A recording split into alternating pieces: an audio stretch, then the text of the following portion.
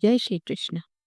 In today's episode, we will discuss the eternal quest for true happiness, the sources of sorrow, and how to find true happiness. For ages, human beings have always searched for happiness. Minds have always been restless, and despite wealth and fame, seekers have tried to find peace. They have meditated and they have thought about God and they have come up with various philosophies. Even in today's world, whether we look at school children or college goers, youth, professionals, everyone is tensed with some or the other reason. Somebody wants money, somebody wants success, someone wants college education. No one is happy. Why? Where is happiness? We assume that joy and happiness lie in money, in objects, in people, status, but we never get satisfied.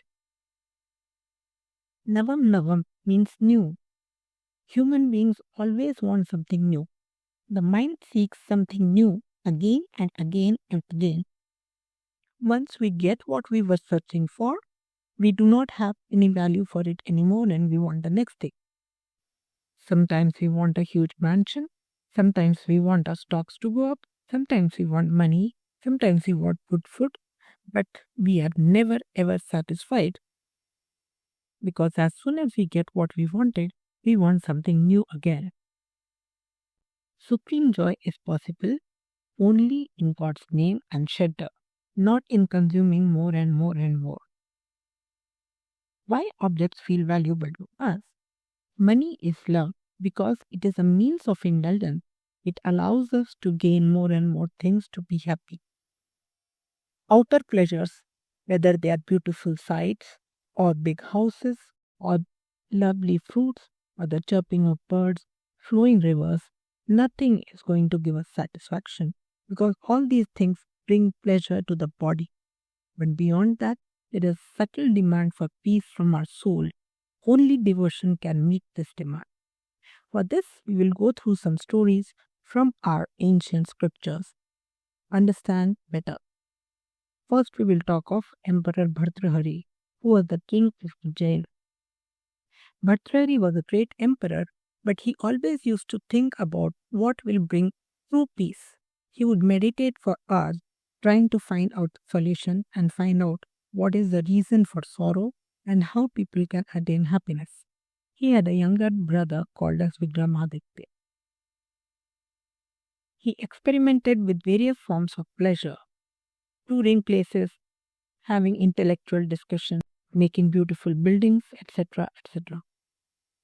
Finally, he decided if I have a beautiful queen, I'll be happy, and he selected a very beautiful maiden called as Pingala to make his queen, and he felt very happy being with her. With her, he started living a life of indulgence. Days were filled with delicacy and nights were filled with revelry. But still, inner quiet was absent. On the other hand, Pingala was not happy. She fell in love with Ashwapal. Ashwa means horse and Pal means keeper. So, the staple keeper or the person she fell in love with, despite being married to the great king, they started meeting furtively. Soon rumors began circulating in the palace, and people started talking about Pingala meeting the Ashwapal secretly. Slowly, the rumors did reach Vikramaditya, who approached his brother and tried to warn him, but Pingala put the blame on him. The king banished Vikramaditya from his kingdom, and later, one day, there was a Brahmin who did a lot of penance because he was very poor and he needed some wealth. But Lord appeared before him and gave him a fruit to immortality. The Brahmin thought, what will I do by becoming immortal? I wanted wealth. This immortality is another punishment to me because my life is unbearable. So he thought, I'll present this fruit to the king and get some wealth from him in return. So he came and presented the fruit to the king, who gave him as much wealth as he desired. Then the king thought, if I become immortal, Pingala will die before me. If Pingala dies before me, I will not be happy. So let me give this fruit to Pingala so that she will be immortal. And the king lovingly gave the fruit to Pingala. Pingala in turn thought, if the Ashwapal died before me, I'll not be happy. And she gave the fruit Ashwapal. Ashwapal in turn was in love with the royal dancer, and she was very beautiful, and he thought, let her be immortal, then only I can be happy. And he went and presented the fruit to the dancer. The dancer thought that my youth is of no use because I am living a life of sin. So let me present this fruit to the king, and the king will take care of the kingdom forever. It will be a good thing. So she came and presented the fruit to the king. The king was surprised to see the fruit because he had given this to Pingla and he could recognize its shine. He asked the dancer what the story was, and she honestly told him, I got this from Ashwapal. Ashwapal in turn immediately told that I got this from the queen. Then the king called Pingla to the darbar and told in front of everyone, see, my queen has already taken the fruit of immortality, so even if I cut her with the sword, she is not going to die. Out of fear of death, Pingla immediately said, no, O king, I did not eat the immortality fruit. I gave it to Ashwapala. The king was very saddened to see this. He thought, I have given her so much wealth, everything, and this lady has fallen in love with the Ashwapal, leaving me. So he was disgusted with sensuality, and he thought life is so futile and decided to leave the kingdom. He coronated his brother Vikramaditya and left to live a life of penance. He had composed verses of detachment which convey that all pleasures end in pain only. Only God's name can bring true peace. That is called as Vairagya Shata. So the lesson from Bhartrhari is beauty, wealth, and status cannot satisfy the soul. Only devotion to the Lord can satisfy the soul in true sense. So next we move on to next story, the story of Sudama. Once there was a devoted tortoise. This tortoise was devoted to Lord Vishnu and thought to swim across the Kshirosagar to come and touch the feet of Lord Vishnu. But when he painstakingly swam and reached there, Devi Lakshmi and Sheshanag were in attendance and the Lord was resting, so they did not allow him to see the Lord. The tortoise was very saddened, and after his current life, he took birth as Kevat.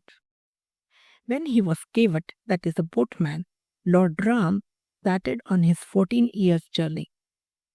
When he came to the river, he asked the Kevat, O boatman, will you take us across the river? But the boatman said, O Lord, by the dust of your feet, even a stone turned into a beautiful lady called as Ahalya. If my boat turns into a lady, what will I do? How will my family survive? No, you cannot touch my boat with the dust of your feet, so let me wash your feet first. So Kevat and his wife happily washed the feet of Lord Ram. Next time, the same person became Sudama. He was a childhood friend of Krishna, and when he grew up, the Brahmin was a very cruel Brahmin, and Krishna was the emperor of a kingdom. One day, Sudama came to meet Krishna, and Krishna rushed out of his palace to meet Sudama, and he himself lovingly, with his wife, washed the feet of the Brahmin. So, in the first life, the tortoise was not even able to touch the feet of the Lord. In the second life, Kevat washed the feet of Lord Ram as Sita and Lakshman watched. And in the third life, Krishna himself washed the feet of Sudama while Rukmini and Balram were around. Next is the story of Yayati. King Yayati is an embodiment of desire without end. He enjoyed vast pleasures, yet he was unsated. He married Devayani, who is the daughter of Shukracharya, and at that time there was the king of demons, who was a disciple of Shukracharya, and his daughter was Sharmishtha. In their childhood, Sharmishtha insulted Devayani, calling her the daughter of a poor Brahmin, and Devayani was very angry, and she told her father that when I get married, Sharmishtha has to come along as my maid. And thus, when she got married to Yayati, Sharmishtha was sent along as a maid, because the demon king was afraid that Shukracharya will curse her. So his daughter had obeyed to just protect the father's kingdom. Devayani wanted her as a maid so that she will feel insulted the same way Devayani has felt insulted by her in the childhood. So she told Yayati, under no circumstances you are supposed to touch her. While Devayani lived as the queen, behind her back, Yayati and Sharmishta fell in love, and Yayati married Sharmishta and she had sons. When Devayani came to know this, she went and complained again to her father Shukracharya, and Shukracharya cursed Yayati that you will lose your youth. In your arrogance of youth, you have deceived my daughter and gone with Sharmishta, so you will become an old man. Yayati immediately lost his youth and became an old man. Yayati was still not satisfied because he was young and suddenly due to the curse he had become old. So he called his 5 sons and appealed to them, please give me your youth in exchange for my old age. Yadu and Turvasu immediately refused and left. Next, Ruyu and Anu also refused to part with their youth. But the youngest son Puru immediately offered his youth to his father, saying that father gives me life, and if I can give anything to my father, it is my good luck. So his father took his youth and started enjoying once again. After 1,000 years of enjoying youth, he was still not satisfied. Then he realized, oh, what have I done? I've taken my son's youth and squandered it, and I'm still not happy. I'm still running after these bodily pleasures. Then he started meditating and he realized that desire is bottomless. He returned the youth to Puru and he embraced restraint. Next, we will move on to the story of Mata Devahuti. Mata Devahuti was married to Sri Kardam Muni. He was very young when she got married, and Kardam Muni was a great devotee. So she kept on serving her husband unconditionally till she became old and weak.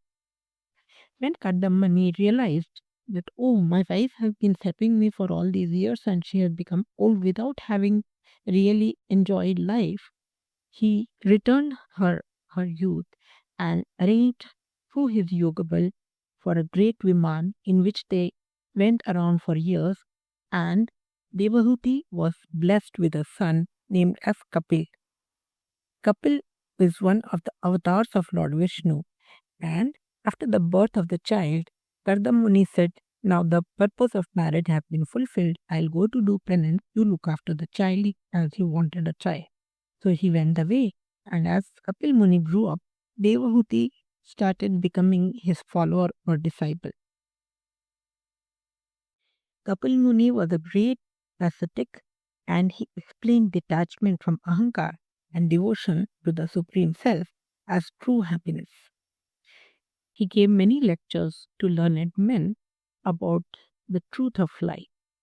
Devahuti started following his teaching, and she also attained liberation.